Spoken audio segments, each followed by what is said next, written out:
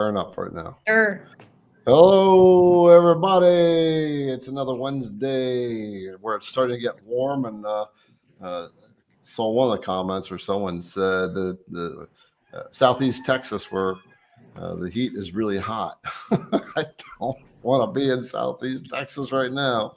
Anyway, you notice we got Liberty on board here. So tonight we got Kyle Elely, one of the favorite guests to have on board for people because the Vectric master. So this is where we get our Vectric questions. We got a bunch in the queue already.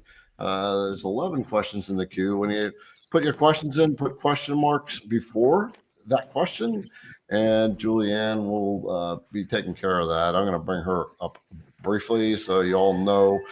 There she is. She's going to be in the background making sure your questions are starred. And so she's the IDC Woodcraft administrator, and Liberty is fulfillment, and you know she's getting into content creation. So yeah, make sure you give the ladies some love. All right, so oh yeah, we got a giveaway sometime tonight, don't we? Yes, we do. Yeah, okay. That's the ladies thing. They call it whenever they're ready to call it, and come on out and take over the show. So but Liberty's going to be staying on board because she's doing the Vectric thing. All right, so Julianne, we'll put in the background, and folks, watch out for links as we talk about things. We will be throwing links in the comments and in the description. Julianne will be doing that. So yeah, with that, so Liberty, you're ready to start just diving into the Vectric stuff with Kyle, being live on board and asking your questions and stuff like that. Why not? Let's do it. All right, Kyle, bringing you up. What's going on there, brother? Hey, how's it going, everybody? Hey, Kyle. Yeah. All right, so folks, this is for those who don't know. This is Kyle Elely. He is like the Vectric master, and he's got a fairly large training course out there that covers all the Vectric stuff. It's the only full-blown course that's out there. So I'm always telling people, you know, your whole CNC journey starts with design work, and if you don't understand the design philosophies and such, you run into troubles down the road. So For sure. I always encourage people to, especially if you're not that computer savvy and don't necessarily understand design software, to seriously consider a structured course, right? Instead of, we can YouTube it all day long, but that's kind of piecemeal all the way through. And anyway, so I'd say, Kyle, let's just kind of dive in. Tell folks about you first, for those that don't know who you are, and then we'll dive into some of these Vectric questions. Version 12.5 just came out, so maybe you can give a little intro into that too. Yeah. So yeah, anybody that doesn't know, I'm Kyle Elely. I started a platform called Learn Your CNC, and basically we teach everything Vectric related, and we have a live community where we do weekly live shows and answer questions just like we do here. And we have another trainer, Michael Mosaic. You guys may know him. He's really good with 3D modeling, and we have a really vibrant community in there. You?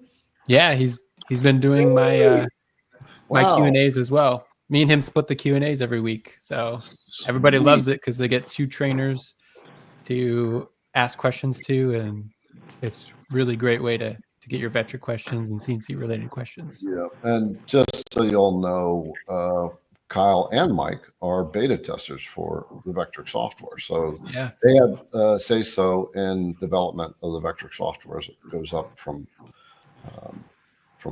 version to version.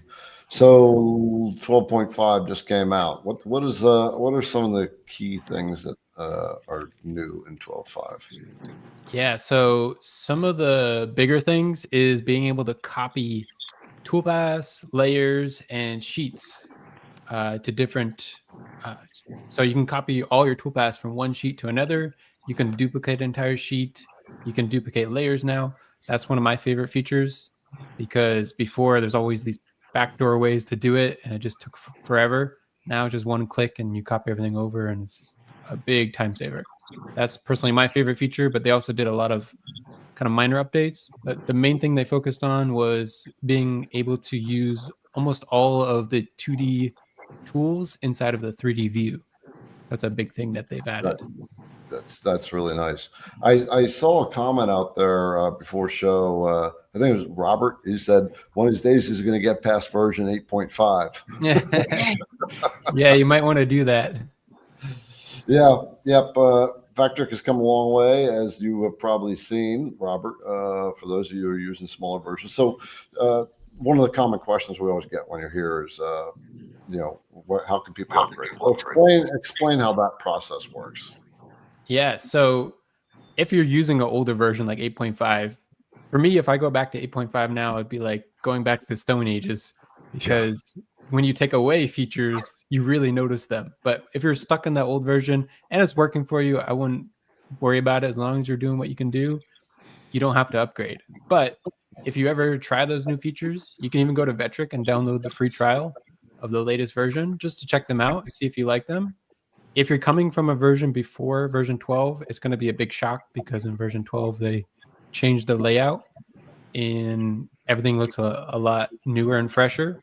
But once you get used to the new layout, it's much better with all the new features that they've added. And if you're using your CNC a lot, I would highly recommend upgrading. You can just go to your Vectric portal account and it will tell you the steps to upgrade. Usually there's a small fee. It does depend on which software you have, but if you're coming from a really old version, there's going to be a fee to upgrade. If you just purchase the software within a year, they give you a year free of updates. So you can upgrade if you purchase for free within that last year. All right. Darn, I had another question in my head and I forgot it already. Darn. I guess it'll come back to me. Well, I did want to know who is new here to designing CNC, the Vectric software. Just put a comment. I am. I'd like to see it. Our brother Cody from Cadence is on board. Hey, Cody. All right. So let's just kind of dive in. Liberty, you get to ask whatever questions you want to ask whenever you ask it, and we'll just roll in. So. Sounds good. Do you want me to read off the questions for y'all? You can if you want. I'm going to take a look here real quick. So Dan is new. Greg is new. Mike is new. And Mark, got quite a few newbies. Tim and Terry. No, not Terry. Let's see. Sean. Sean is new to CNC. Adrian. I've got lots of young people here. So this is generally what we do when we bring Kyle in. He'll either go through some of the enhancements that they've got in there, but we get a lot of questions too. So it's a good time to learn. The questions have piled up really fast. We'll try to get through them all if we can, and do that. Just so you all know, for those of you who use GSender, they released a brand new update today. So I'm going to be putting a video together for that. Okay, well, let's anything you want to share, Kyle, before we start diving in? No, I think I'm good. I did see Cody popped on. I was just talking to Cody before this. I just want to shout out to him. He's got a new bit that he came out with, so I think that was pretty cool. But yeah. Other than that, I don't have much to share right now. Okay. Just excited to answer some questions. All right, Liberty, bring them on. All right. Gary Lynn, he's been with us for a while here, saying hi to everybody. He was the first one on. This was at 3:57 p.m. I just want to put that out there. This was 4 hours ago. He is on it. But have you talked about any member locations on a map like Kyle has? So I don't know if he's referring that to me, but on our website, we have a member map, and we get to see that everywhere everyone's located throughout the world. So maybe that's what he's trying to suggest you guys add. I figure. Garrett? Yeah, let's see. I can show you guys what it looks like if you're interested. Yeah, he made you talk any more about member locations map like okay. Yeah, so I have talked to my tech guy about it.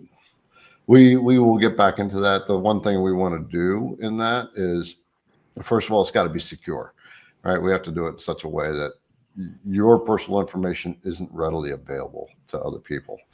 That there's just a pin on the map. So we can readdress that. Julianne, make a note of that for us to kind of look back on that. Excuse me. So, yep, Gary, I'll work on that one. I had talked to Gary on the phone the other day. All right. All right. I wanna see the map. I can see it in the small screen. I'm gonna add it to stage here. Yeah, this is kind of what he's talking about.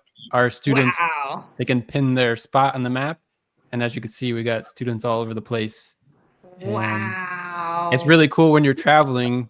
When I travel, I check on the map and see who's close by, and sometimes I'll bump into somebody in whatever location I may be at that time. So pretty cool. So cool. Yeah, that's cool. We'll get with you later and see how you get that set up. So yeah, for sure. I can show you how it's done. All right. Gary Lynn is also asking, Kyle, can you go over what files to import and which ones are a nightmare? Not really sure. Talking file type. Yeah, that's what he's talking about. And actually, I just went over this with a student this week. So it's perfect timing. I actually have a file I can show you to show you some of the differences. If you want to share that screen. Oh, Liberty disappeared on us. We got to bring your screen up, don't we? Yep. Okay.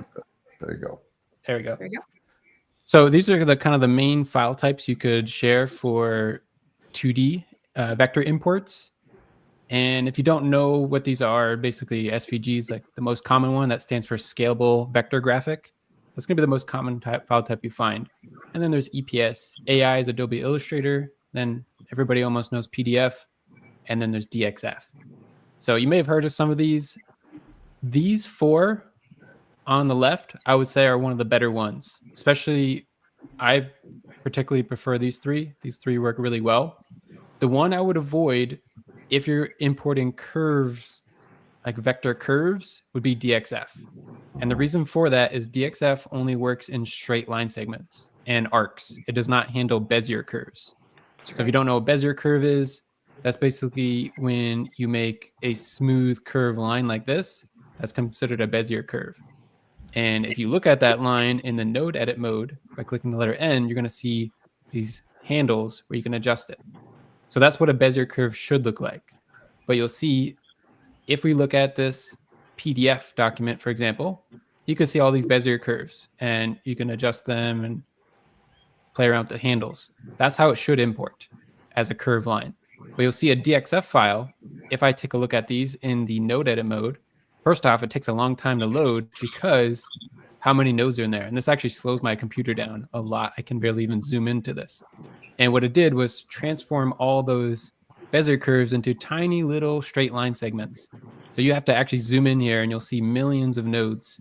And this really slows down your computer, and it will also slow down your toolpathing time when you create some toolpaths with that. So I highly recommend staying away from DXF files if you're using Bezier curves. If it's just straight lines and arcs, DXF will work great. But anything else, all the other ones are fair game. They all work pretty similar. It does depend on where you get the file from. Some handle the file differently, but I always import a file and then I directly go and look at the nodes by clicking the letter N on your keyboard and select the vectors. And if you see these Bezier curves on these smooth curve lines, you know it's looking good when you don't see all those extra millions of black nodes. That's what I would say on that. All right. Beautiful. DXF are the nightmare ones. Yeah, I can't stand DXF files. Yeah. All right. So Gary Lynn again, when I got my new computer, it only came with a few fonts, no script fonts. Does anyone know where you could download a bunch of script fonts and not downloading them one at a time? I know of one of a time places, but I don't know of any like bulk packs unless you were to purchase them. Yeah, I think I've only done them one at a time. I'm not sure about. Yeah. So my favorite is, now I can't think of it. Garrett, you mentioned. Yeah. The fonts. Yeah, The fonts. that's the one I use too. DAFONT.com. Yeah, there's defonts.com, and then there's 1001 fonts, I think. 1001 free fonts. Yeah. I've got a video a quick video that talks about that. It's an older video, but there you go. Yep. All right. I'm going in huge circles with the toolpath, cutting the board 24 by 28 by 2. Juice groove will be 1 inch wide, 3/8 inch deep, and the center of the groove is 1.5 inch from all sides. Multi passes cutting 1/16 each pass. Is there more to that? There's not really a question. Yeah, I'm not sure what this question is there. How to set Not it really. up? I don't see. So this sounds like step over thing. Yeah, it says huge circles in the toolpath. I think maybe his depth per pass or his step over is set incorrectly. You may want to adjust it. Mm-hmm. And that would be in your toolpath settings. Sounds like maybe the step over. In your toolpath settings, go to your tool and edit the step over to make it larger. Or you just get a 1 inch wide ball nose. Yep, that too. Yep. We've got one. Yep. Then you just have to follow one line with the profile toolpath. Yep. Cutting on the line. What I would recommend though on that, if you do that, is to do a clearing pass just to get a lot of that material out. Because ball nose on some of these machines, some of the more hobby level machines, that's a lot of work on the machine. Yeah. How to create the tool path, like with the 1/16 inch step over? So that's the if he's talking about that, I would create the whatever shape you need it to be. You can do an offset or anything. We basically need a rectangular shape, whatever size you wanted it. And then if we're doing it like Garrett was just saying, with a 1 inch ball nose, which would be my preferred way to do it as well, I would do a profile toolpath, cutting on the line, and then set whatever depth you wanted it to go. I don't remember what the depth was, but let's just say it was a 1/4 inch. So we would type in 0.25, select your tool. This would be the ball nose that we were talking about. I'm not sure if I have one on here, but I'll just select this 1/2 inch one, for example. But this could be a 1 inch or a bull bit or whatever bit you're using. And then make sure you edit the pass depth. That would be your 1/16 of an inch if you wanted to go 16th per pass. So that's up to you, however deep you want to go on that. And then you could set up anything else you want. I would probably do a ramp, and just so it enters the cut a little bit at an angle rather than going straight through. And then you calculate that. And if you look at it from the side, you'll see it ramps in, and then it'll go around doing your juice groove. And then that will be cut into your edge. And if you use a larger bit, of course, that'll be a wider groove. You can also use the fluting toolpath if you wanted to taper that line. There's all kinds of things you could do with that. Yeah. That's the fluting toolpath is a very cool toolpath for something like that, especially if you want it to drain out. Exactly. It's good for soap dishes. This is a 1 inch bull bit. Yeah, that's a good idea how wide that is. So there's gonna be a lot of work on that machine. That's what this is, the IDC, and you see that the shank is kind of short on that. I do that intentionally because I don't want people hanging that tool way out like that. Yeah, I see some companies that actually promote their bull bits where it's hanging way out, and that's scary. But that's another reason why I came up with this little table here. How to set up your bits, how to chuck them up the right way. This is free, folks, as a PDF. We'll link that in the description and comments. All right, Liberty. All right. So next up we have Billy McGee.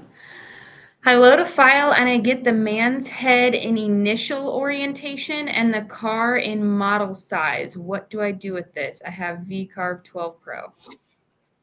Sounds like a 3D file, 2.5D, really. Yeah. Not sure what he's talking about. The man's head. Oh, okay. I think I'm assuming it's like I know what he's talking about. Okay. Yeah, when you import a file, it shows like a head at the top and initial orientation and the car and the model size. What do I do with this? Oh, okay. So in the car, he's saying when you import a 3D file, it shows a little car icon I'll have to find an import one so we can see what he's talking about. Oh, But yeah. that is basically just saying how deep you want that to go. I don't know if I can find a file for us to work with. Let's just find one here. Yeah, a lot of times. So yeah, one of the things I see people question, it comes in out of position. You have to center it up. You have to change the size on it. Yeah, so let me just see if I can. Here's one, for example.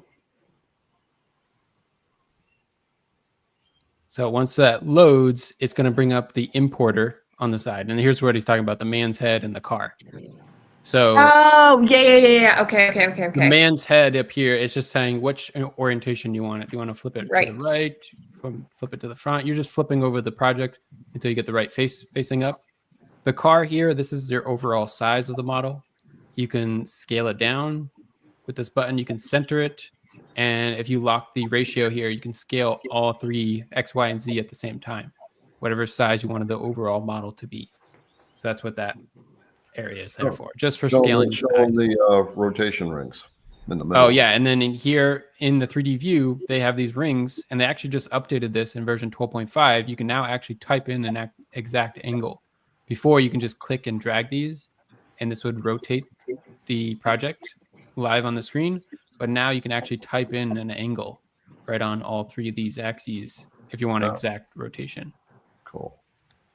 Oop, it looks like I broke it there. So there we go. So you gotta be careful what you. It looks like I might have found a bug there somehow. I'm not sure what happened there, but whatever happened there, I just broke it. But that's basically how that works. And there's also almost looks like a golf ball in the middle. You can grab that and adjust all three axes at the same time. But I don't really recommend that because you can really mess yourself up there when you're rotating it. Now it's all off the axis there. Mm-hmm. Yeah. I find if you click these buttons at the top, you can kind of reset it back to where it was in most cases. I never thought of that. Yeah, it looks like it's now reset. And then I would scale it back down and center it. There we go. Now we're fixed back where we were. And then once you're done, you click position and import. Here's the other car you might be talking about. This is where your position is in the relative to the model plane. So typically I drag that all the way to the bottom. So the model is entirely above the modeling plane. But sometimes if it's a double-sided model or something, I would keep it in the center, kind of split it half and half between the top and the bottom. It all depends on what your model is. But you can discard whatever is below the modeling plane by checking this box here as well. I have a question on the modeling plane. So if you put the modeling plane in the middle, does that make the lower half the base height? Not necessarily.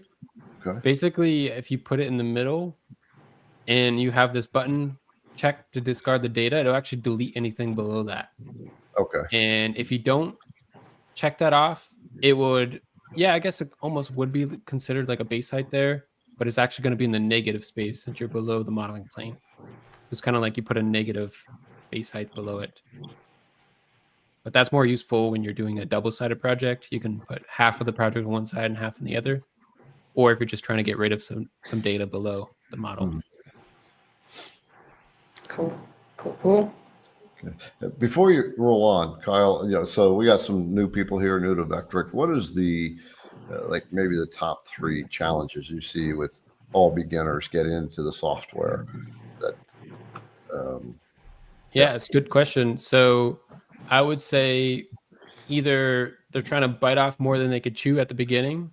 Sometimes they try to make a custom 3D project all right at the beginning. Sometimes you should start a little slower and make a simple, just engrave your name or something in a piece of scrap material. And what I always say is start with a small project, and each project you're going to learn something new.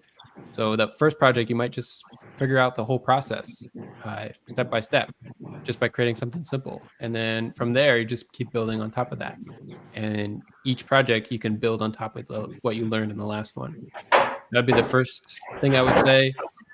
And then maybe some other mistakes would be trying too many different softwares at once and trying to learn too much, all the different softwares. sometimes it's better just to pick one software and stick with it, rather than I see people jumping back and forth between Fusion and Carveco and Vectric and SketchUp, and everybody is just trying to learn all the softwares at once, and it's hard enough learning one, let alone 4 softwares at once. So I recommend picking one and stick with it. And I would say third, just get out there in the community. There's a lot of good help out there. Facebook groups, YouTube, and courses like mine, anything like that, Garrett's lives, anything like that. You guys are already a part of this, so you guys are already doing good and getting out there and learning new things every week. So definitely good to learn. Yeah, for sure. Yeah. I have a video out. It's called Vectric 101, right? And it's a 2-hour long video, right? It's as long as a movie. And it's current, and it's designed to walk you completely through a simple, basic project like that. It's just to get you familiar with the tools in a practical way, the basic tools. But there's so much to learn in that. Beyond what I show you, it's just to make you feel good, like you can make some progress out of it. But even in that tutorial, I recommend that they take your course. I appreciate that. Yeah, for sure. All right, let's do it, Liberty. All right. This question is from Eric H. This question is for both Garrett and Kyle. Have either of you made guitars or parts for guitars? I'd like to eventually make a guitar or at least a body. I have not done anything guitar work. I made one body one time for a friend, and that was it. That was when I first was starting with CNCs. I was actually back in high school when I did that. Kyle, do you still make stuff on your machine, or is it more? Yeah, I do. Definitely not as much as I used to. I used to do big production batches of wholesale signs that I used to make. I used to make several thousand signs a year, and now I'm mainly just use it for fun and for teaching people. So I don't do as many production-based projects as I used to. All right. I see Eric's question about the Stream Deck for my shortcuts. Yes, I do. I actually got it right here in front of me. I got my mini one right here. I also have the extra large one as well. Use it all the time. I use it for Vectric shortcuts. I use it for even Zoom meetings, and when I do videos for tutorials, I use it for all kinds of shortcuts. And if anybody doesn't know what that Stream Deck is, I have a video on my YouTube channel about that. Okay, I'm going to share my screen so I can give them a closer look at what that is. I think this is yours. Yeah. Is that the one you have right there? Yeah, that's the smaller one. I recommend the larger, extra large one. That one is much better. It has a lot more buttons you can use. This one right here? Nope. It's actually, it'll say XL. XL, Stream Deck XL. Let's look that up. So this is something that you have to program. How hard is it to set up? It's not that hard. I actually made a single download file you have to do for Vectric. So I just sent it to Liberty in the chat if she wants to share it. But you could download that file, upload it to your Stream Deck, and it's all ready to go with your Vectric software. Okay. All the shortcuts. Yep, that's the one. XL. Okay. Yeah, I'll drop a link in the description. So you already did it. Or I mean, I put it in the comments. Okay. I can't put it in the description, but I put it in the comments. Okay, cool. All right, next one. All right. Sorry, I was just catching up on the other comments while y'all were chatting that. In 12.5, did something change with the text separator? The only thing that changed is you can now use it in the 3D view as well. A lot of people, when version 12 came out, they got confused. Where did the text editing tools went? Where did they go? They're actually all built into the draw text tool now. So in previous versions, before version 12, it was a separate tool, but now it's all built into one draw text tool. So when you draw your text, you can immediately edit it for the spacing without having to. Yeah, show them real quick. Show them real quick.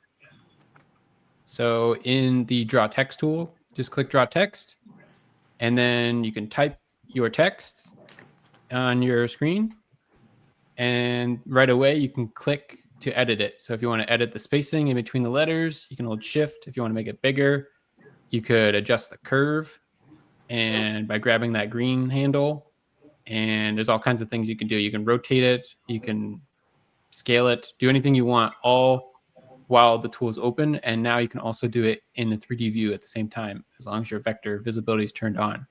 And what's cool about this, you can actually type in the exact size you want it right in the 3D view, and it'll scale it right away. You can set your rotation, your location, whatever you need to directly in the 3D view.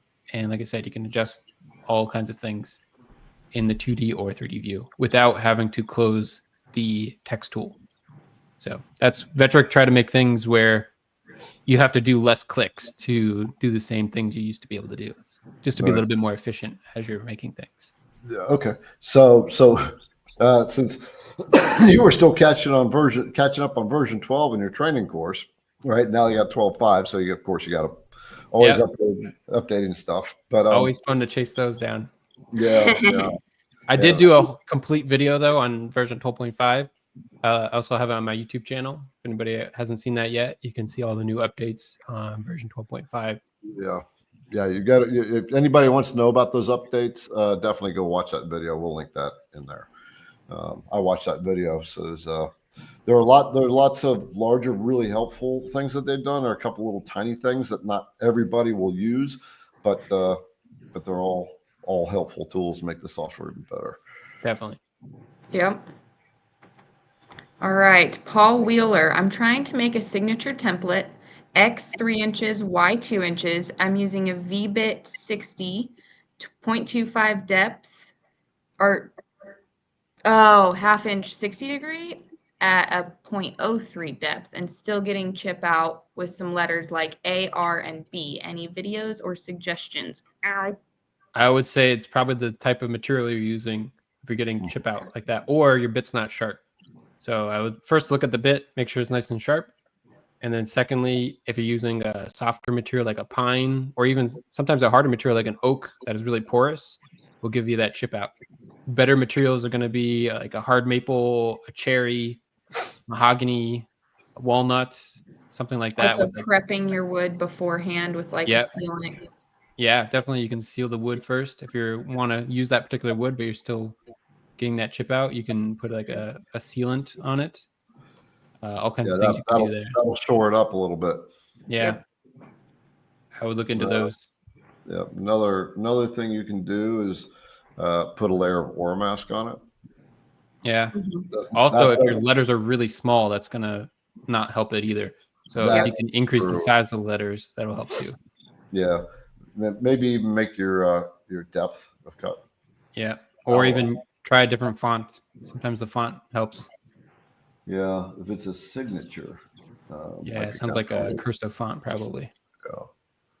Or if you have a laser sometimes works better for those smaller ones. Mm-hmm. All right. When making a VCarve with clearance tool, is it best to run the toolpath first as it appears in Vectric's toolpaths, or run the VCarve first, which I am tempted to do? So this is something I've seen a lot of people do both ways. I've tried it both ways.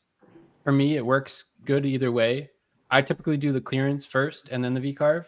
But sometimes, just like that last question, when you get that chip out, sometimes if you do the VCarve first, if you're having that chip out problem, the VCarve first will prevent some of that chip out because you're carving into a more solid piece of material. And then you do that clearance in the middle and it doesn't chip out because that V-bit's already around the perimeter.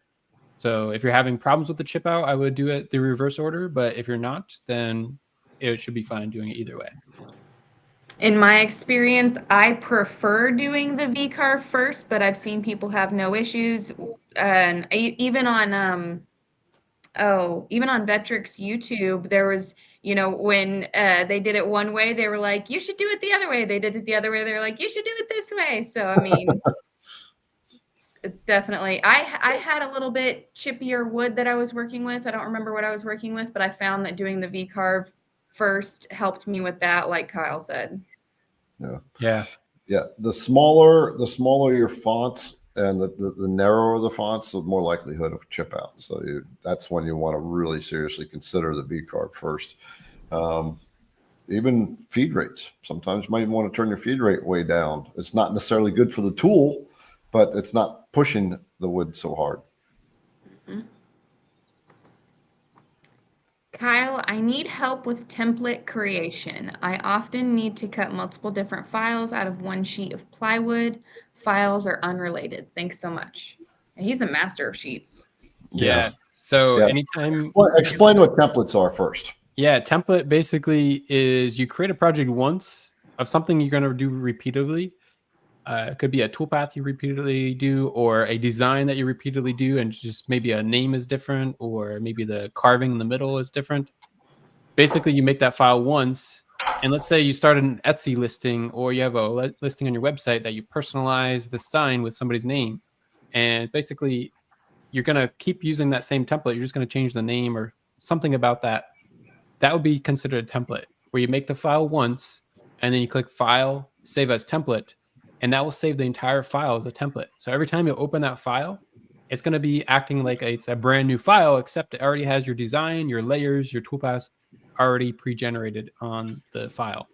And then all you have to do is change the name. You can use the text tool, change the name, recalculate the toolpaths, and you can save the cut file. And then you don't even have to save that template file after you use it. If you're only going to use it one time, you can just close it out and you won't have 1,000 files on your computer. It'll just be that one template file that you change every time. Yeah, so the thing with the template file too is when you open it, it's opening up as a drawing that's not going to backsave to the template.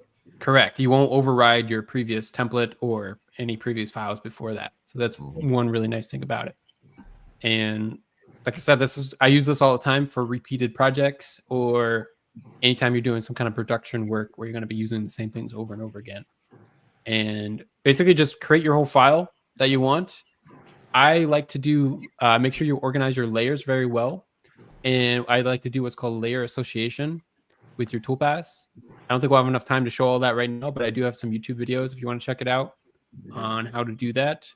And that really helps with automating your toolpaths as you create new designs in your templates. Yeah, that layer association tool. I haven't messed with that yet, but it's such, once you understand it and know that it's there, it's like such an obvious thing to work with,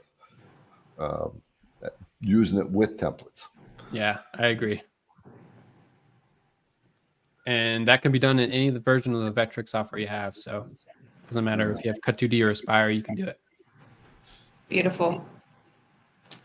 For Kyle, I'm thinking of switching from inches to millimeters in VCarve Pro. All of my tooling is in inches. When saving the toolpaths, does Vectric convert the inch tooling to millimeters okay? Yeah, it should just be fine. You wouldn't have to convert it yourself. When you save your toolpaths with the G-code, the post-processor, it will automatically convert whichever inches or millimeters you're using. It'll automatically convert it. I would do a test first on some scrap material just to make sure. But if everything is set up properly and you're using a good post-processor, it should convert it automatically without having to do anything extra. Yeah. If so many people weren't using inches that are in our audience, I would be going metrics in a heartbeat. Yeah. Metrics with Vectrics. Yeah. Do you know of any alternative way to do double-sided machining rather than using the dowel method, i.e. a dunce to reference from? So yeah, the dowel method is kind of the preferred method in most cases because it's the most accurate.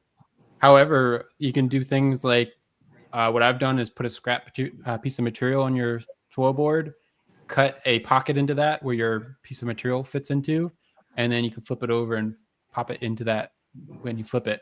So it's always referenced in the same exact location. That's a pretty good way to do it. They call that fixturing. And other ways you could do it is build a fence system or something on your CNC. That may help. Just keep in mind those methods, if it's not set up 100% properly, it may be off a little bit when you flip it. The dowel method, it almost guarantees a perfect success every time. So that's the only reason that's the most preferred method. Cool. How do you see the impact from Mill Mage? Mill Mage. I never even heard of it, so I don't Neither know. do I. Have I? What is I'll have Mobage? to look it up. Yeah, I'll look that up too. Mill Mage. I haven't. Oh, I think it's Uh, oh, you know what? I think I know what it is. It's like a tooling issue? Lightburn has a new software, I think, kind of a competitor to Vectric now. Oh, okay. Yeah, it's Ah, basically okay. Lightburn coming out with a CNC milling software. Gotcha. So I've seen this a little bit on at the conferences and stuff where Lightburn's been at, but I've honestly never tried it out or seen anything with it. But yeah, I'll be interested to see when it comes out. Always nice to have competitors in the market. Keeps the market more innovative. Yeah. So, Yeah. yeah, I'll be interested to see when it comes out. Competition is good because it forces you to stretch. Yeah, I agree. Can a zero start point for the toolpath be set other than on one of the corners or the center of the blank? So yeah, you only have the corners or the center as an option, but there's also an offset option you can put in. When you go to your setup, you'll see an option that says use offset. And if you enter a number in here, that basically means you can offset it by whatever value you put in there. So your zero would be way over here instead of this corner. So that's something you could do as kind of your zero offset. When you machine it, you're You gonna have can to also offset. change that in the set in the toolpath too, right? The set button. Not the offset, I don't believe. Are you talking about up here? Yeah. Where it says set Yeah. material setup. Yeah, that one. Oh yeah, you can do the offset. Yeah, you're right. So yeah, you can put an offset up there as well. Yeah, play with that one a little bit. Now you got to kind of orient your mind that you're setting positions out of your start point. Yeah, just be careful when you run your toolpaths there. You have to remember that offset's there. Okay, so this is back on the templates. I think we kind of covered this, but just how do you get them from one file to another? Yeah, so he's talking about something different, which is toolpath templates. So the other one we were talking about before is kind of a project file template. That will save everything. Yep. The toolpath template, it only saves the toolpath. So if I selected these two toolpaths, for example, and there's a button that says save toolpath as a template, this is only available in the pro versions and Aspire. So if you have the desktop versions, you won't have this. But once you save that to your computer, then you can open any project file and then click this button that says load toolpath template. That's how you bring it into a separate file. And Okay. so when you're bringing that template in, is it just bring up the toolpaths? Because say you have a completely different project, layers are named differently. It's just bringing a toolpath, and you have to assign the toolpaths to the. Okay. It's basically copying the toolpaths from one project file to another project file. Gotcha. And if you use that layer association, you can automate it too. So that's another thing I would look into. Right. Nice. So I want to stop for just a second. For the folks who are new to the Vectric software, right? I mean, you already see it can get pretty intense, and so it can be really overwhelming. But you also see the kind of knowledge that Kyle shares every time he's on. He says, "I'm learning something new with the software," and I always encourage people to take his course. And you've got that free boot camp. But Liberty has talked about it before. She's taken this course. Share about that. Talk to the new people and why they may want to consider doing something like that. So one of the things with learning, something like Vectric is a lot of the information is kind of fragmented. You're learning a little bit from this video, you're learning a little bit from this video, you're learning a little bit from this video. And the biggest thing I want to point out about Kyle's, it is literally everything you need to know about Vectrics in one place. And it takes you from the ground up. There's practice. Repetition is key. So using those practice keys. So you know that tool before you add on to that tool. And as well as the big ability to reference back. I often reference back on things. I'm like, okay, I've never really tried this before. Obviously, I went through the course and I learned all of that at one point. Now I'm ready to actually approach this type of tool pathing or this specific modeling tool or what have you, and I'll go back and watch that lesson on that. So that's another like really big thing is you can go back and reference and continue to refresh. And as you were hearing at the beginning, he updates with the updates, you know.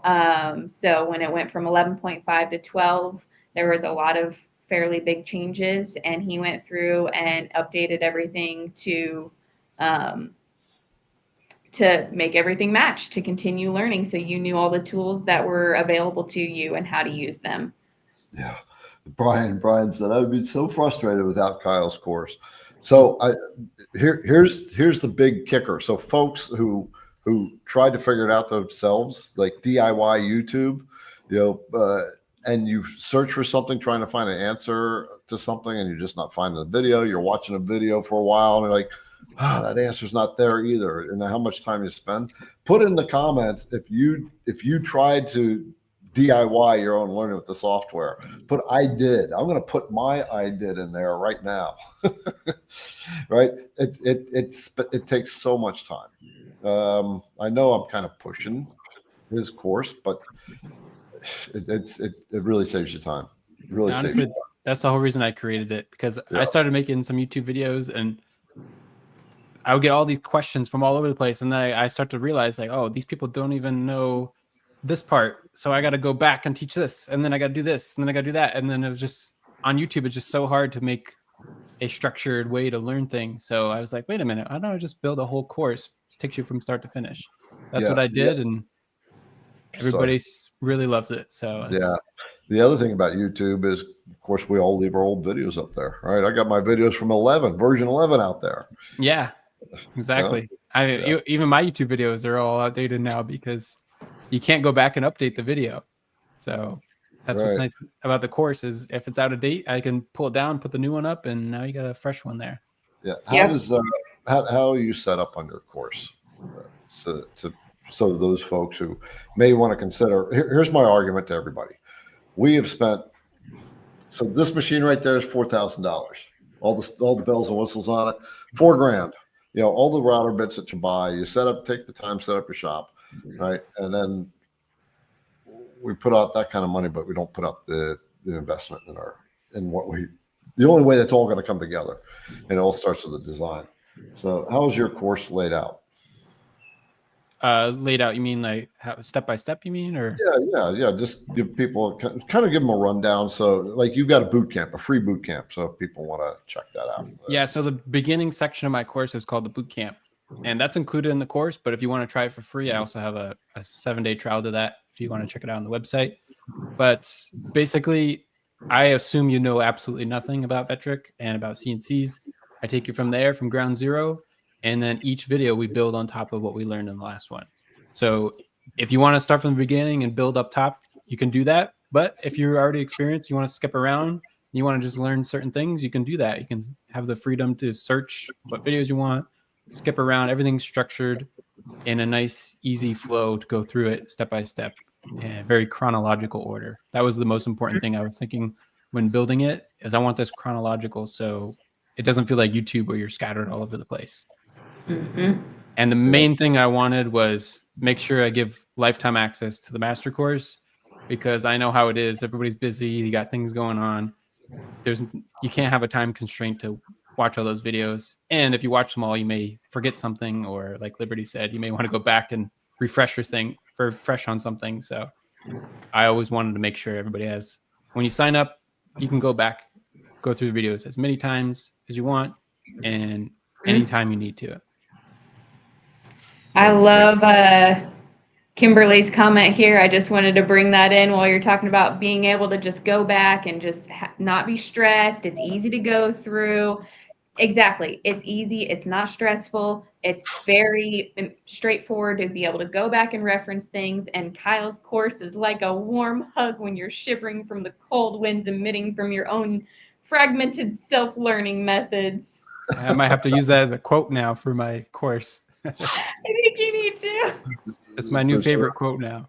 Right. Yeah. Ellen said the same thing. She rode the struggle bus for a while. Then she signed up, took the plunge, and she said, wonderful resource. There's quite a few comments out here. So it just new folks, you're making an investment in equipment that's going to last for a long time. And just in business, we're investing in our head all the time. Me, Kyle, mentors, and we're investing in our own knowledge because we know that we can't grow without that kind of investment. Yeah, definitely. I spent a lot of money on my own education, and I would not be where I am today without it. So it's always good to invest in yourself. That's the best investment you can make because nobody can take it away from you. Yeah, that's why I encourage people to, if they want to really start a business and get the right mindset, to jump on Andy Bird's course. Yeah. He's got a whole structured course to teach you business, because business is a completely different mindset.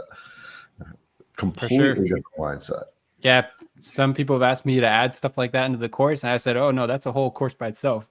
You're going to learn the software. You're going to learn the business. You got to do one or the other. You can't mix that all together in one. It's good to have a good structure for both." Yep, that's the other thing in business. Splitting, we call it splitting our energies. Yeah. If he's trying to teach business and he's trying to teach Vectric, he's trying to do two very different things, and that creates confusion in him, which creates confusion in the people that we're trying to help. Yeah, that's why I just go to Andy Bird. He's good. Andy Bird is good. Yep. We'll link that one too. Oh, we're going to be, Julianne, I'm going to bring you on for a second. Andy Bird, we were going to be on his show next week. Hold on. I'm throwing that link in right now. Give me a second. Kyle, you going to be on that one? Yeah, actually, I believe I'll be on that one as well. So Andy Bird has his weekly or bi-weekly live, and so I was a guest on it. Kyle was a guest on it. He had Matt from 731 on today, and so he's having this, I guess, kind of the end of the quarter group get together. So that'll be a lot of fun. Like it. CNC family reunion. All right, cool. But we'll send out an email, let everybody know. All right, cool. Let's get back into some Q&A. And remember, the ladies are going to be doing a giveaway at some point. And all right, Liberty, hit it. All right. So far, I've only zeroed from the surface of my material. When zeroing from the machine bed, do you have to make any adjustments to the Z-gap travel height of the bit? Good question.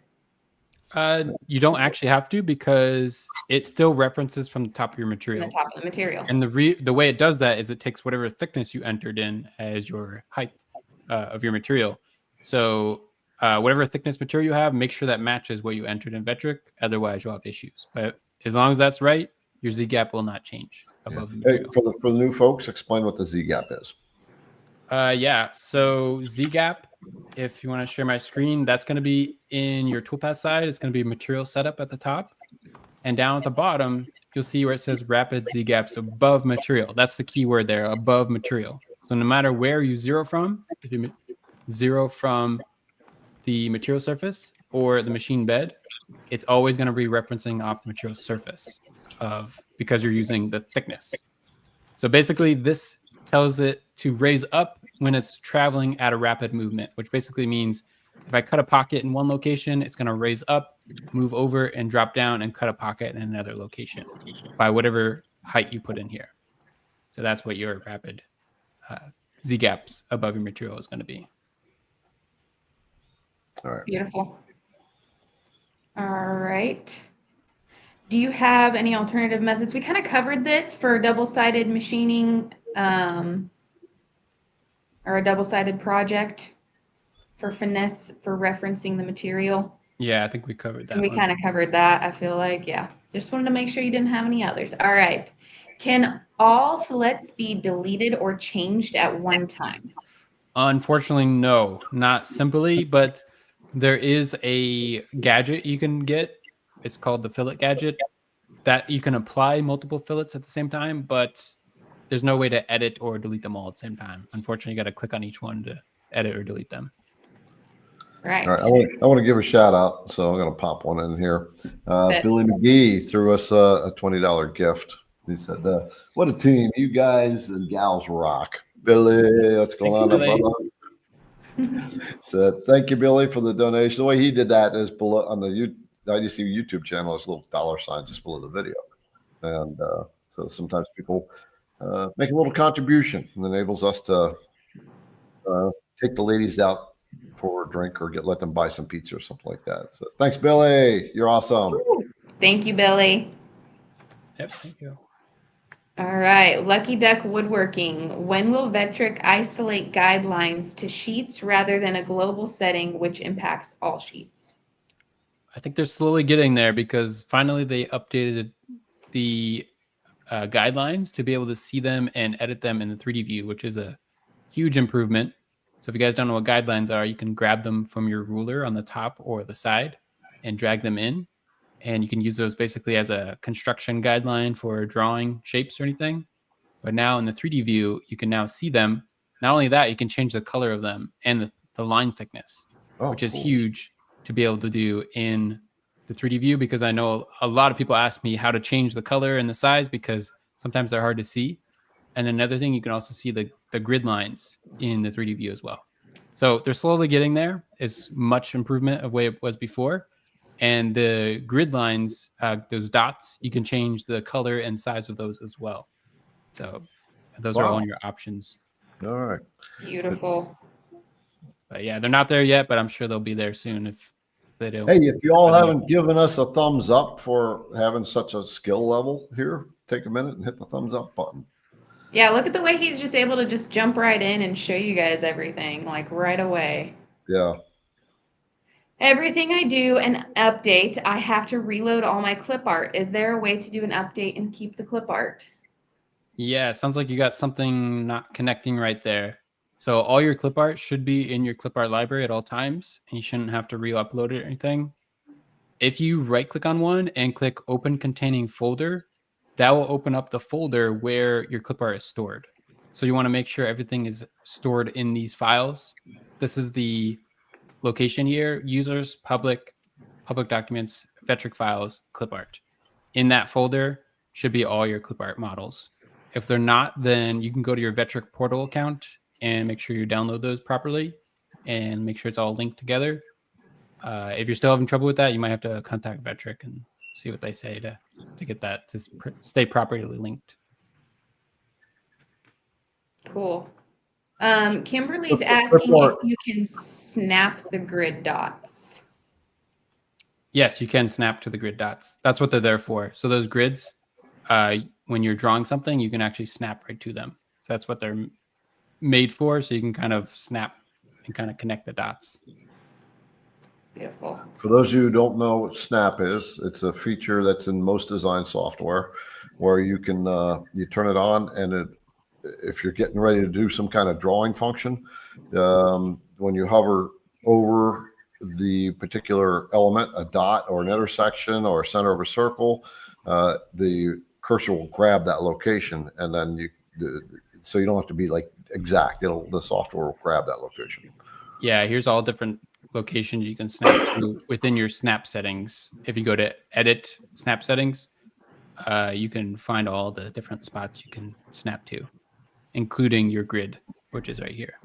Snap is a basic tool that you will use a lot. Yeah. Right. Can you do text in different language like Japanese symbols? You can, but I don't think directly with the text tool. You might have to download either a special font or maybe even type in the symbols in here, but I don't think it's going to work with all fonts. You might have to find a specialty font to do that. Or alternatively, you can import a vector. So basically create the font in a different program and then import it as a vector into Vectric. Cool. Okay, got another. We got another one. Dave gave a $10 donation. Thank you. You're welcome. Thanks, If you guys were to pay for this stuff, what would be the value that you're just getting in this? I'd be kind of curious to see what people would pay to just learn what they're learning. Look at Robert threw in $21. I love this team. Had the one up Billy. Oh, competition. That explains the other comment that I just saw a minute ago from Billy. It's on now, Yak. The current bid is $21. Do I hear 22? Yep. Goes in 22, 22, however that goes. Cool. Thank you. Awesome. Any chance Vectric move to sketching tools similar to parametric modeling, such as SolidWorks or Fusion 360? I don't see them moving that way in any time soon because that's basically redesigning the whole software. Mhm. So for now, I don't think they will be going that way, but it would be cool. I would definitely like that, but it will also add a level of complexity to the software, which would make it harder for people Yeah, to you probably learn. have to buy a new computer too. Yeah, so anybody that used Fusion 360 versus Vectric software, there's a huge learning curve difference. Fusion 360 being much harder to learn. Even myself, I've used it for years, and every time I open Fusion, it's almost like I have to relearn it because there's always thousands of features that you don't know what half of them do. So it definitely a much more complex way of creating objects, but also really good when you know how to use it. All right. I built my own V1 Engineering Lowrider 4. Can Vectric work with GRBL using a fluid CNC controller? I know Vectric works with the gerbil-based controllers. I'm assuming yes, it probably could. There's some standard post-processors you can use. When you go to your tool database and then open up your machine up in the top corner, and then go to your post-processor, you'll see some kind of generic post-processors in this list. You can see it's a really big list, but here is the gerbil inches and millimeters. I would try one of those first. That's kind of more of a standard post-processor. All right. Another one. Wait a minute. Woo! Our fun. $30. Ooh, it's up to 30 Hey, bucks up now. that bid. What's going on, brother? Thank you. All right, ladies, I guess you're going to buy yourself pizzas tomorrow. All right. Our fun. Thank you. 3D model, roughing path 1 with a 1/4 inch bit, roughing path 2 with an 1/8 bit. It's doing great deal of air carving. Shouldn't the software know what has been machined already? Yeah, so sometimes when you use multiple tools in one toolpath, such as the Pocket toolpath can do that, you can add a list of tools in there, or even the 3D roughing, or sorry, not the roughing, the 3D finish toolpath. You can add a list of multiple tools, and that's called rest machining. Basically, the larger tool will go first, and then the next smallest one will go into the smaller areas. It depends on your design how optimized that will go. So, for example, if it's a simple circle shape and you create this as with multiple tools, it'll use the larger tool and rough out the center, and then use the smaller tool and just go around the edge. That'll be very optimized. But if you get into a really complex shape, I'll just draw a random shape here, like something like this with a lot of twists and turns. It's some of these smaller areas, it may run over into it a couple times with a tool, just because just the way the software operates. It will try to do its best to do it as optimized as it can. But if the design is complex, especially on a very large project, it may look like it's cutting in the same location a few times. So I would either try to optimize the design a little bit if you can, or try to get with optimizing which tools you're selecting and how many you're selecting. I typically don't go more than 2 tools for something like that, but in most cases I try to get away with just 1 tool if I can, but sometimes you can't always do that. So I would just try either adjusting your design or adjusting your toolpath strategy a little bit to try to optimize a little bit better. But there's never a perfect solution to that when it's in a complex design. Yep. I use Carbide Create Pro and I'm a novice interested in Vectric. Is there a steep learning curve from Carbide Create? I can't really give a great answer on that because I've actually never used Carbide Create. I've seen it. I've seen the software. I just never actually used it myself. So maybe some people in the comments will have to give their advice on that. But I do know Vectric as long as you have some designing experience with another software, it should be a pretty easy transition. Most softwares that deal with CAD and CAM, which is Vectric, you can really use them all, but each one just looks a little bit different, or the names of the items may be a little bit different. You just kind of have to figure out the initial layout of the software, and then once you get the hang of that, it should be pretty easy to transition to from another software. Beautiful. I have a project with multiple pieces of varying thickness. Can I have different setup thickness for different sheets? Yes, you can. So in Vectric, they have a thing called the sheets, and when you add a new sheet, it's basically saying one of these sheets is one piece of material by itself. The second sheet is a completely different piece of material. One example I like to use for this is if you're doing an inlay. Let's say one sheet is your cutting board. So it's maybe a 2-inch thick piece of maple. And then your second sheet could be a 1/4-inch thick piece of walnut that you're going to do an inlay cut into.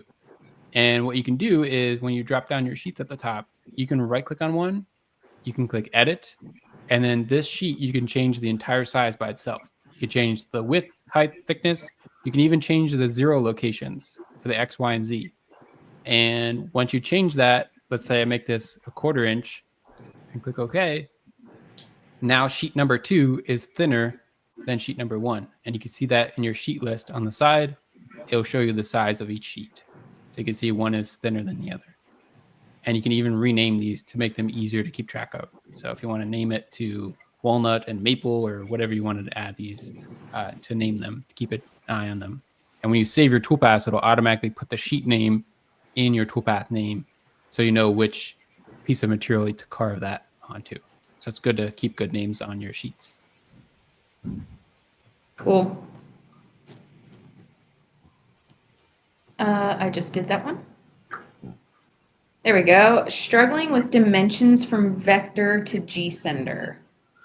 I see this on occasion where they have all the design, they get it transferred over to G-sender, and it runs in basically millimeters. So they'll make a 25-inch project, and then they run it in G-sender, and the code is telling it it's running on a G20, and so it runs this little tiny 1-inch project. Yeah, you may be using the wrong post-processor, or maybe some of your settings in G-sender they have to change. Also, if it's major off, like Garrett's saying, it could be one of those settings. But if it's just minorly off, like maybe a couple decimals off, maybe a fraction of an inch off, then it could just be your calibration needs to be configured in your machine. And most controllers, you can calibrate your machine by adjusting the settings in the controller. So it'd be your steps per inch or steps. Your steps per inch is usually what it's going to be as for your X, Y, and Z. Cool. All right. The only thing I dislike about VCarve is the offsetting a line. Why can't it just be your relation to the center of the project to the direction of where the line was drawn? Oh, and not to the direction of where the line was drawn. So like, sure. Are they talking about like a set shape offset versus offsetting the shape itself? I'm not sure. So when you draw a shape, for example, and then use the offset tool, let's say I wanted to go outwards a 1/2 inch and offset, it's going to stay in relation to that shape and just go a 1/2 inch away from it. But I'm not sure if that's what his question is there. If you were like, okay, so like my only other thought was that they're wanting to create an offset that's not in the shape of the shape, and that would just be drawing another shape around it and using that as the offset, I would assume.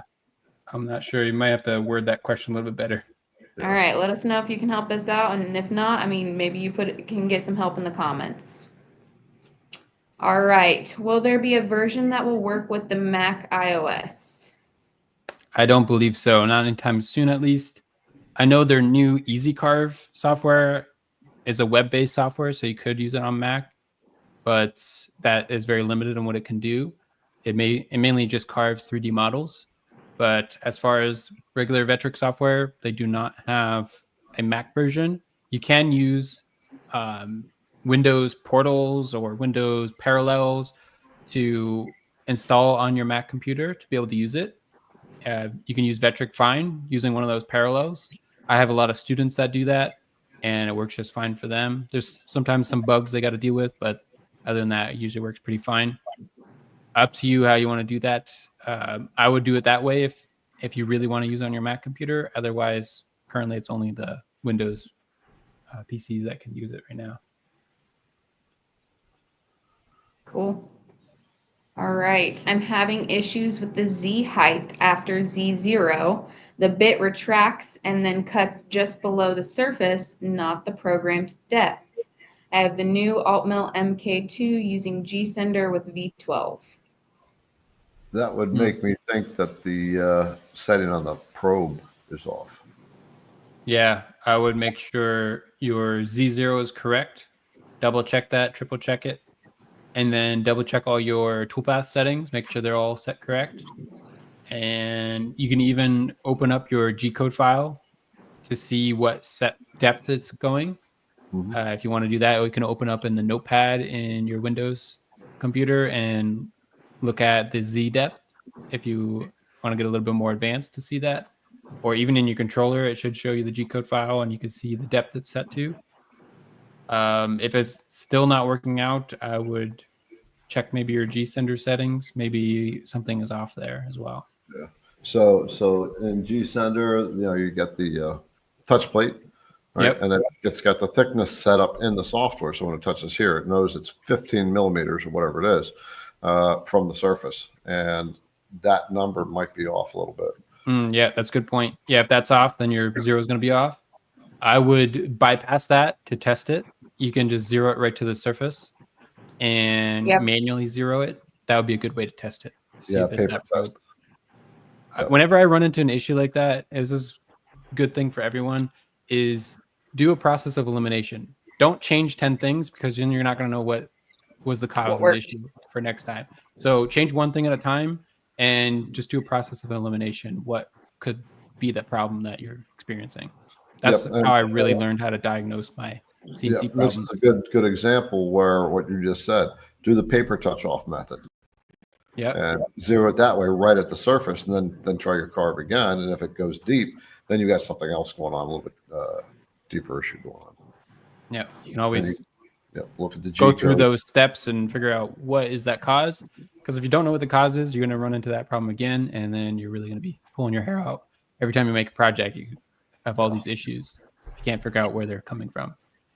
Sometimes I've chased problems for weeks, and it turns out it was a static issue for my dust collection. And I just turned the dust collector off, and all my problems went away. So I found out I needed to ground my dust collection. So sometimes it can be really weird things that you really scratching your head about, and here it's something simple that could have been easily fixed. Just finding that problem is the hard part. Question on 2D machining or 2.5D machining. I want to put a shear line on an otherwise 2D boat hull.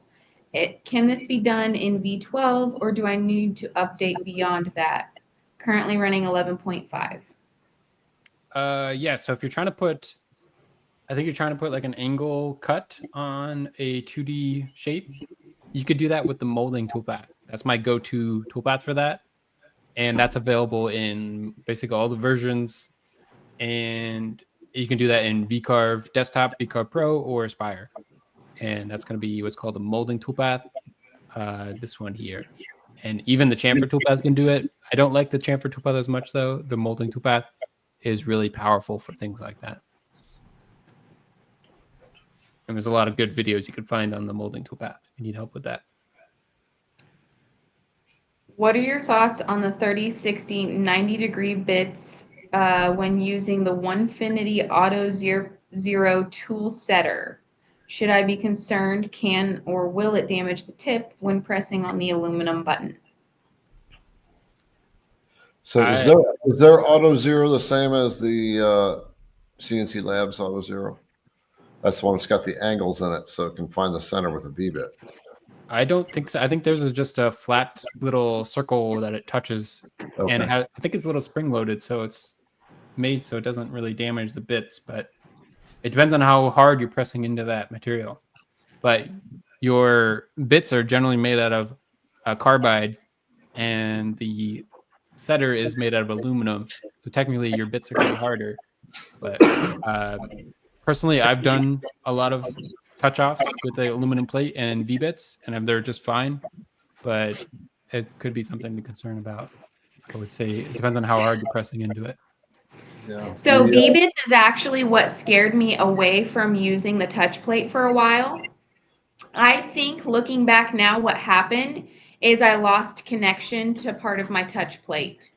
But what happened in the moment was it was doing its touching off, and then it just Yep. and I've just been like there. and it snapped the bit. It got stuck in the zero plate. I was freaking out. Garrett was on vacation. At least you know where to find new bits. Right. Yep, exactly. So I would say your biggest thing is just going to be if something goes actually wrong, Yeah. But I have since, started using the touch plate again with my V-bits. I have no issue. I haven't broken any tips, as it goes correctly. So, yeah. Yeah, I see in the comments a lot of people say it's no issue. Yep. Yeah, I would do it. Just make sure everything's set up properly. I've done just like Liberty did. I forgot to connect my Z probe when I zeroed the bit, and it just plunged straight into the Z probe really hard and broke the bit. So it's never a fun day when that happens. Yep. You Greg, could also throw your tramming off on your machine. Greg from STL Woodworking says he's got the 150. He says it's fine. Yeah. When you get into the finer tip point bits, like 30 or tighter degree, then you want to start to stay away from your probe, because the machine there may be some kind of delay as it's touching the probe, which would drive the tip a little bit further and break the tip. So when you do that, really fine tips, you want to do the paper touch method. Cool. All right. Is there a way to choose point size when sizing font? Not point size. It's going to be in inches or millimeters for the height. They don't have point sizes in Vectric. However, that you can look online. There is conversion charts from points to inches or inches to points. So if you want to do it that way, you can do it. All right. I'm a new startup company. Have either of you done much with EVA or PE foam? This might be a Garrett question, but do you have any recommendations on bits with a 24K spindle speed? I haven't worked on foam at all. I have some students that use that a lot. I'm trying to remember what bits they use. You could probably find it online if you do some searching in the forums or on YouTube or something, but I know V-bits work, and foam generally is fairly easy to cut. Just sometimes you get like the fuzzies in there or something you got to clean up. But I think single O-flute bits, maybe. I could be wrong, but I would check on the forums and see other people that have experience with it. Yep. And then if there's anybody in the comments that has, experience with that as well, they can pop in and give you some stuff if you're still around to read their answers. Yeah, I'd love to see what they have to say. I've never touched foam. Greg says O-flute. Okay, yep, that's what I was thinking. Yeah. Just recently bought a new XCarve Pro 4x4 and also bought Vectric VCarve Pro software. Have been unable to zero out the Z-axis, and I think it is zeroed. I start the cut, and it always, I assume there's another half. I just realized I don't see the other half. What does it always do? What does it do? Leave it up to your own. You might have a machine issue. You might want to contact Inventables about that. Yeah, that's what I was thinking too. Yeah. There's a brother Ray. What's going on, Ray? Ray! If I'm using the scissors to cut excessive vectors, I have to check a box to get the 2 points to join. Is there a way to get the box to stay selected at all the time? Yeah, oh, go ahead. Nope, I just couldn't say that. You understood what I meant, though. So show folks what he's talking about. yeah, in the edit objects, there's a tool. It looks like a pair of scissors called interactive trim. Actually, let me overlap 2 vectors so we can see what we're doing here. And by the way, this would be a good spot to point out the new feature in version 12.5 is you can now do this in the 3D view. And the nice thing about doing this in the 3D view is it'll actually highlight in red what's going to be trimmed. So you can see exactly what's going to be trimmed before you click on it. So that's a nice feature they added. And this box here, it says rejoin trim sections automatically when form is closed. If you check that on, it should remember that setting. If it doesn't remember that setting, you might have to go to edit options, and there should be something in there to remember your last used form settings. But once you click on these objects and trim them away, as long as that box is checked and we click close, that will automatically make this one closed vector. And if I undo that without that box checked and trim these and then click close, now the box is not checked. Now these are 2 open vectors. They were not joined together. Now I would have to do an extra step to use the join tool and join them together. So that just saves you from using that join tool. But as long as you keep that box checked on and use the tool and then close it, when you open it back up, it should remember what you used last. Yeah, I've had the experience of what he's explaining. Right, I turned it off for a little while because I'm not sure why I did that. And then when I go back into it, I check it back and trim, and then I'm thinking, okay, the Vectric is going to grab that and hold that, but it doesn't hold it. But Ray, what I found out is after about 10 times, it's going, oh, he keeps turning it on. Let's just default it back on. So that's the experience that I've had with that. Yeah, in most cases, most of the forms that are within Vectric, it remembers your last used settings. If it doesn't remember them, then it might be an option you have to change in your settings. I'm not sure which option is. You'll have to go through these and find out which one that may be. Okay. All right. I just want to remind folks again, you're getting the skill. Those who are new to Vectric, you're still sitting on the fence. You got the boot camp. Go take his boot camp course and check it out. And it's you see the knowledge that he's got here, and he goes into all this stuff in his course, all of it. You start from the beginning, from a beginner's perspective. All right. So, okay, we'll link that in the comments in the description. Definitely check it out. Yeah. Don't shortchange yourself. All right. Where do you turn these in 3D? He says features. Turn what features in 3D? Oh, I think maybe he's talking about maybe the guidelines or Oh, the grids or possibly. something. So all that in the 3D view, you'll see a lot of visibility toggle buttons up in this top left corner, and there's also some up here in the top right corner. So if you want to look at the vectors in the 3D view, you can turn the vectors on and off. You can turn the 3D models on and off. You can turn the modeling plane, the model boundary, the material boundary, the XYZ origin, the guidelines, and your toolpath visibility. All those can be toggled on and off. And then the grid lines are up in the top right corner. So all those can be toggled on or off within your 3D view, or if you go to the view settings, there's a lot of checkboxes you can turn on and off in here. Also, hi, Kevin. All right. What is the difference between VCarve Toolpath and the VCarve inlay in VCarve Pro 12.5? Yeah, good question. So they are pretty similar in the way that they do the VCarve itself. However, the VCarve inlay toolpath will make a female and a male insert. So the VCarve toolpath will only be if you're doing like an engraving. Say you want to engrave some text or design. That will just remove material away and create a VCarve engraving. Now the VCarve inlay toolpath will also do the same thing for the female side, except it will also create a male insert part. And typically you would do that on another sheet. Like I was talking about earlier, if you want to do a cutting board inlay, you would use the VCarve inlay toolpath, and that would create two separate parts, a female and a male part, that you would then afterwards glue them together and create a nice custom VCarve inlay.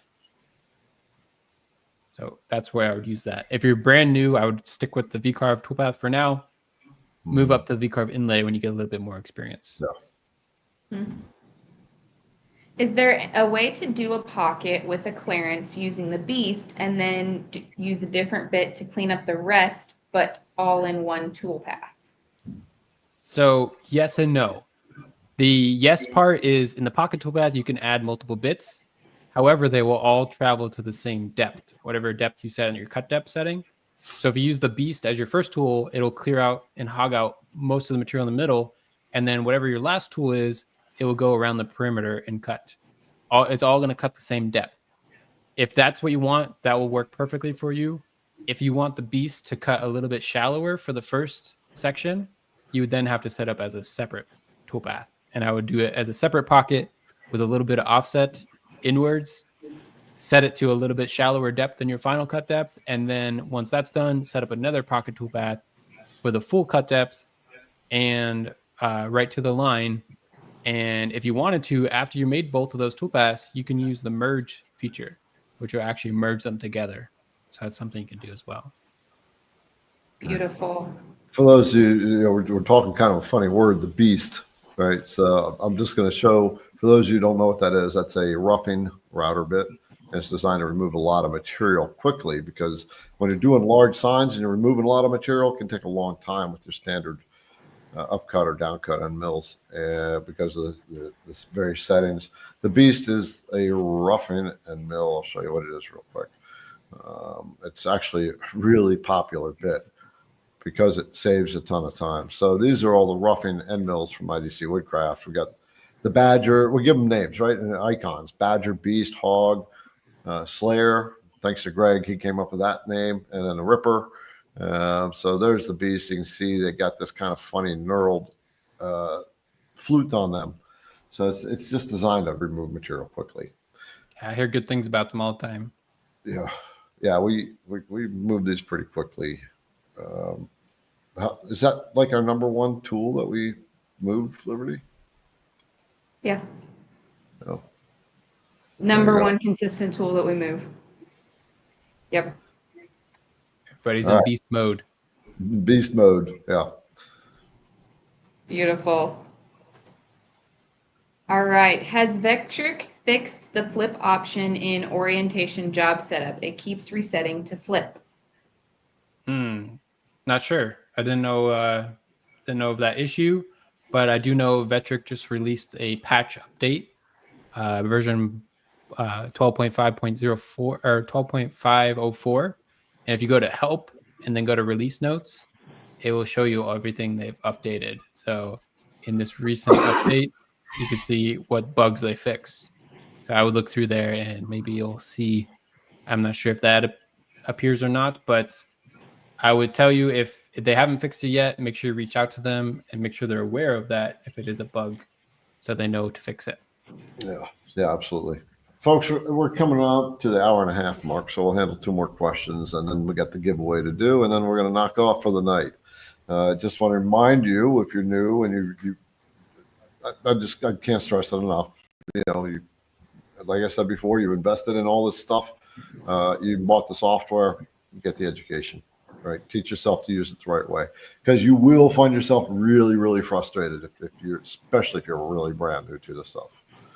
All right, let's handle the next question. I'm going to pop this one in here because it's a quick one. Kyle, I just did ordered the Stream Deck. Where is your file located for setting it up? We posted that link earlier in the chat. I don't know if you want to post that again. I thought we did. For the file itself, for like how to set it up? Yeah. So it's academy.learnyourcnc.com/stream deck button download with a dash in between each word. But I think we have the link in the chat somewhere you can find. Yeah. Yeah, we'll throw that in the description of the video as well. Sounds good. Do you want to look through and see if there's a good question, or just want me to move on? Yeah, go ahead and find one that you think that is going to capture the best. Not so specific, but capture the best for the most people. Yeah, so guys, we got we got 18 in the queue right now. We're obviously not going to get to all your things, but we've been hammering through them pretty well. One easy question I see from Darren says, can you have the design window up along with the toolpath window?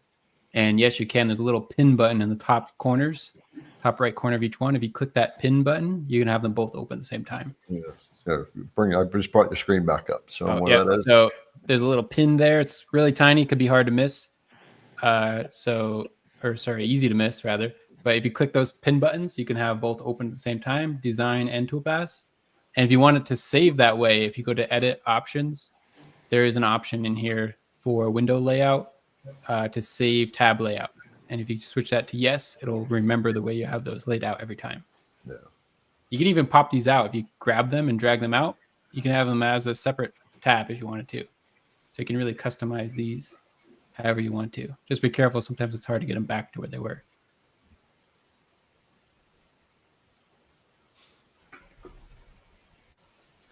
All right.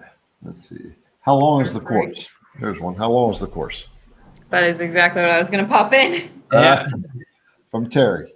Well, it's been a while since I calculated how long it is, but what I tell people is if you want to just binge watch it and go through it, you can do it in a week or two and just zip through the course real fast. But if you want to take your time, you can spend a good month or so and go through it slow and kind of practice what you learn as you're going. It all depends on your pace. And also some things may not apply to you. If you don't want to work with 3D modeling or something, you can skip that section. Or if you don't want to work with the gadgets, or if you have the desktop version and you don't have gadgets, you can skip that section. So it all depends on how much you want to watch and what you want to learn as you're going through and how quick you want to learn it. Yeah. Here's one I like, and we'll make this the last one. It taps into something you said earlier about using multiple software. So, and one quick thing I want to note before we get to that, the videos in the course, I make sure they're short and bite-sized where you can watch them in like 5, 10, 15 minutes. I don't make like really long videos because I know how hard it could be to sit through a big, long, boring video. So I break it down into real easy to follow videos. Yep. And one of the things that Kyle says in the course that Liberty even stressed a couple times, when you go through one of those bite-sized sections, you practice it a few times. Get the habit of it, right? Don't just take one class, go the next, go the next, go the next, because you won't retain that stuff because you haven't practiced it. I even have little quizzes in the course. After you go through a section, you'd go a little quiz, kind of remember what you just learned to help you remember it. All right. All right. Go for it, Lou. Hello all, I know several CAD programs, but not CAM. I have full access to Fusion CAM and am learning it as we speak. Is there a reason why I should switch to Vectric? I would say yes, if you want to learn it quicker. I have used Fusion 360. Is a very, very powerful program, but it's also way more than you may need as well. It depends on what you're doing. If you're doing metal machining and making custom 3D parts, I would say definitely use Fusion. Or if you just want that high level of available tools to you, it's definitely a good program. But for 99% of the things you'll do with your CNC, Vectric is really good at it, and it's really easy to learn as opposed to Fusion 360. Yeah, Fusion is more engineering level. Is engineering level.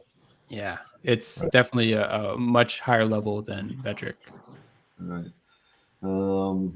So there's one more I saw. Someone said, would you recommend a group training course? It slid off the screen somewhere.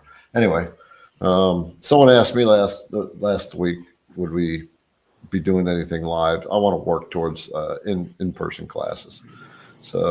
So we are. It's time for our giveaway, I guess. Yeah. Julianne, you ready to come on board? And ladies get to take over. And I guess she is. There she is. A pretty serious face on her. Right. You know she's so for She's in those work who, mode. yep, for those who haven't been here before, we do a giveaway every week. And ladies, take it away. All right. As you're seeing it on your screen, please enter this. You can only enter once. Once you're entered, you're good to go. Don't forget the hashtag in front of it or the pound sign, whatever you call it. If it's not there, we will not count it. Otherwise, no spaces. Let's get those entries. Today we are giving English. Today we are giving away a ball nose downcut bit. It is one of our newer releases that Garrett designed. He used it to create a marble maze, but you have that bowl cutting action and you still get a clean top edge with that downcut action. So we're going to be letting somebody try that out tonight. And you also get the Marble Maze file with it as well. So that'll get emailed to you. Ah, you're giving the downcut ball nose. Mm-hmm. Oh, sweet. I'll pull that one up so you all know what it is. Remember, no spaces. Sometimes your autocorrect will try and add a space in, so check it. Mark, hashtag words are hard. Yes, words are hard. Me that every day. I can't even word right now. Yeah, I'll take over the screen for a second. This is the tool that we're giving away. And I'll get the normal. Bottom. Yeah, this I got tired of the tear out, that ball nose bit sleeve, so I just came up with this one, 1/4 inch downcut ball nose. And boy, there's zero tear out. And people were asking, "You're going to come out with an 1/8 inch and 1/16?" So yes, those are actually being made. So we will have those available soon too. I'll get the marble maze so you all can see.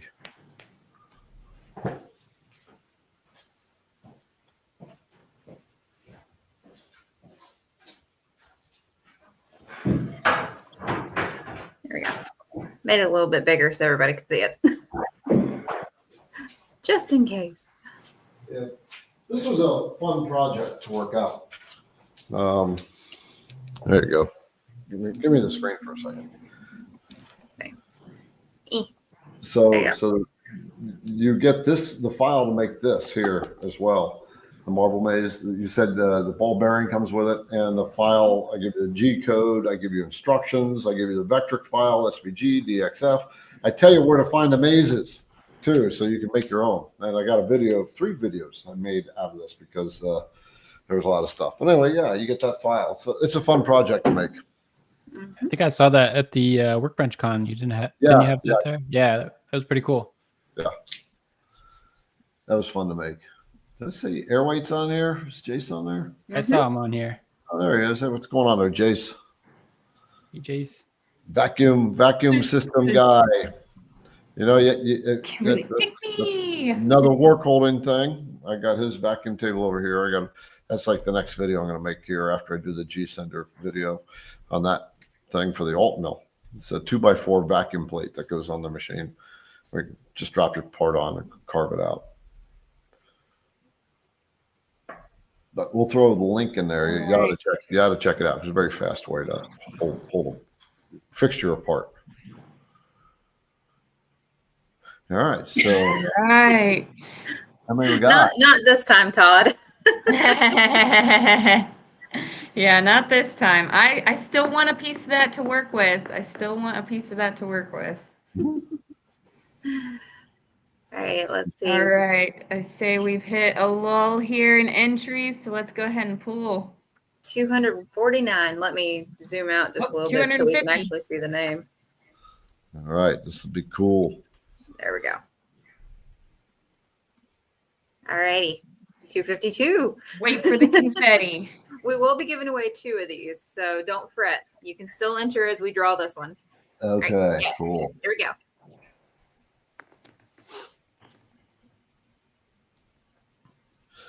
Boy, look at all those names coming through. And Mark Rickle. Super cool. Super cool. It's always cool to see people win this stuff. I think I see my wife pop up in there somewhere. Yeah. My dad has already texted me as well as a friend of mine. That's funny. All right. Okay, are we ready for our second one? Yeah. Ah, Greg just entered. Nah. Yak attack. Okay, we've got it up to 256. All right, Yeah, here's our Yak's second one. doing some witchcraft over there, chanting his name, trying to get his win in. Don't know if that'll work. He already handed off his crown to me, so. All right, you guys, we're going for our second one. All right, here we go. Dun dun, drum roll. Keep forgetting to do the drum roll. Michael Norton. All right. Congrats, Mike.